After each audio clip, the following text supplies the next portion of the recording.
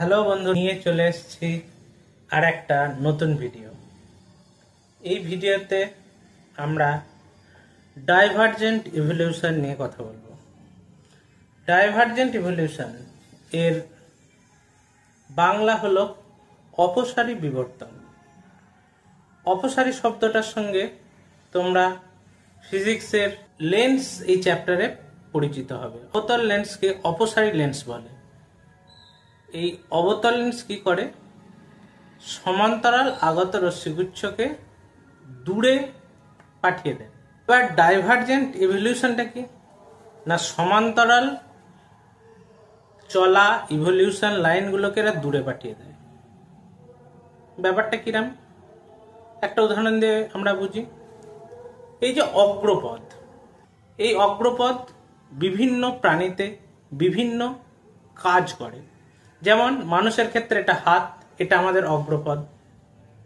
চিতা, ঘোড়া এইসব চতুষ্পদ জন্তুর ক্ষেত্রে অগ্রপদ পরিণত হয়েছে সামনের পায়ে, অর্থাৎ ছোটার কাজে ব্যবহার হয়।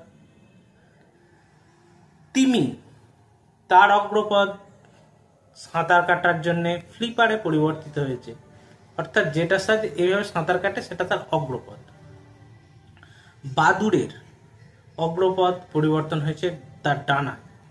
একই সমান্তরাল লাইন যা ছিল অগ্রপদ, সেটা বিভিন্ন প্রাণীতে এসে বিভিন্ন রকমের কাজের জন্য, বিভিন্ন রকমের পরিবেশে মিলিয়ে নেওয়ার জন্য বিভিন্ন রকমের কাজ করতে আরম্ভ করলো, এবং সেটা বিভিন্ন রকমের পরিবর্তন হয়ে গেল।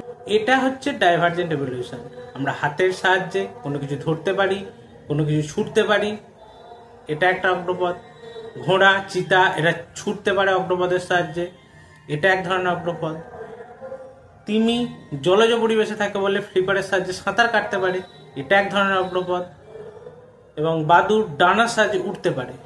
এই একই অগ্রপদ চারটে প্রাণীতে চার রকমের আলাদা কাজ করতে। দেখো, সমান্তরাল আসা বিবর্তনের রেখা ছড়িয়ে গেল, এই জন্য এটাকে আমরা ডাইভারজেন্ট ইভলিউশন বলি।